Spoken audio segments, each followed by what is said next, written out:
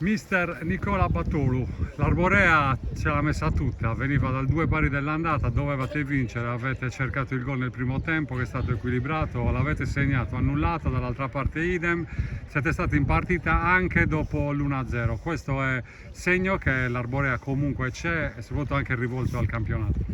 Sì, sì, sono d'accordo con la tua analisi, sono contento, la squadra ha tenuto bene il campo, si è giocata la partita contro una squadra forte, a cui vanno veramente i miei complimenti perché ha fatto una gran gara, ecco. E noi sono contento perché non siamo stati da meno, abbiamo avuto qualche occasione, purtroppo a noi non è andata bene, a loro sì, però nulla da dire, anzi un grosso in bocca al lupo al Monastir perché insomma, viste le premesse, la finale dovrà fare bene, ecco.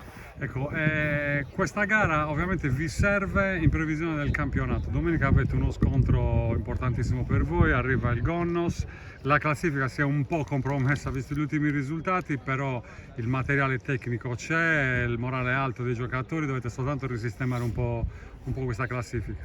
Dobbiamo sistemare assolutamente la classifica e domani se i giocatori rispondono come hanno risposto oggi, non domani, domenica, scusami, sono ottimista, non si può non essere ottimisti, però bisogna, ecco, tirare fuori una prestazione come oggi. Purtroppo ultimamente non ci sta accadendo, abbiamo avuto qualche problemino, ecco, domenica vediamo di fare un po' meglio. Ecco, cosa sta succedendo in questo periodo? Perché poi ci sono stati due pareggi sia in campionato che in Coppa col Monastir con belle prestazioni.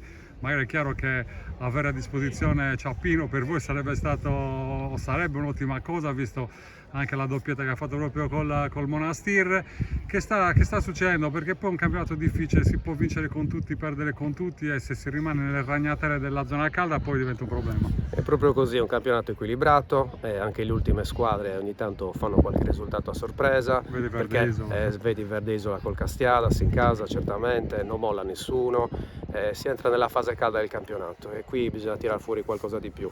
Noi purtroppo, hai citato Ciappino, ma abbiamo anche qualche altro giocatore con problemi di squalifica, qualcuno tipo Mattea sta rientrando e sta iniziando adesso insomma, a fare un po' meglio, a prendere il ritmo partita, quindi abbiamo avuto un po' di problemi da questo punto di vista. La rosa purtroppo non è un po' risicata, ecco, tanti ragazzi validi e quindi abbiamo sofferto questo. Mister, è salito in corsa al posto di Perra a fine anno, che obiettivo si sta dando l'Arborea? L'Arborea deve assolutamente mantenere la categoria anche perché la squadra sta dimostrando di avere delle qualità, delle grosse qualità per la categoria.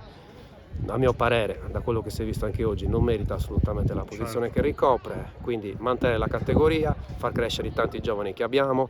Anche oggi abbiamo fatto giocare 2 2007, anzi 3 2007, 2 2006 erano titolari, 3 2006 scusatemi erano titolari, tanto faccio mente locale, quindi questo è l'obiettivo, mantenere la categoria e far crescere i giovani. Ecco, un punto focale è questo, l'Arborea sta mettendo in campo, proprio facendoli giocare dall'inizio in partite importanti, tanti giovanissimi, ben oltre il limite massimo dei fuori quota, tanti bei profili anche convocati nelle rappresentative, quindi anche lì c'è un bel lavoro. Sì, e come dici tu, di questo siamo orgogliosi. Manteniamo la categoria e l'anno prossimo saranno ancora più forti. Grazie ancora mister, in bocca al lupo. Grazie, viva il lupo!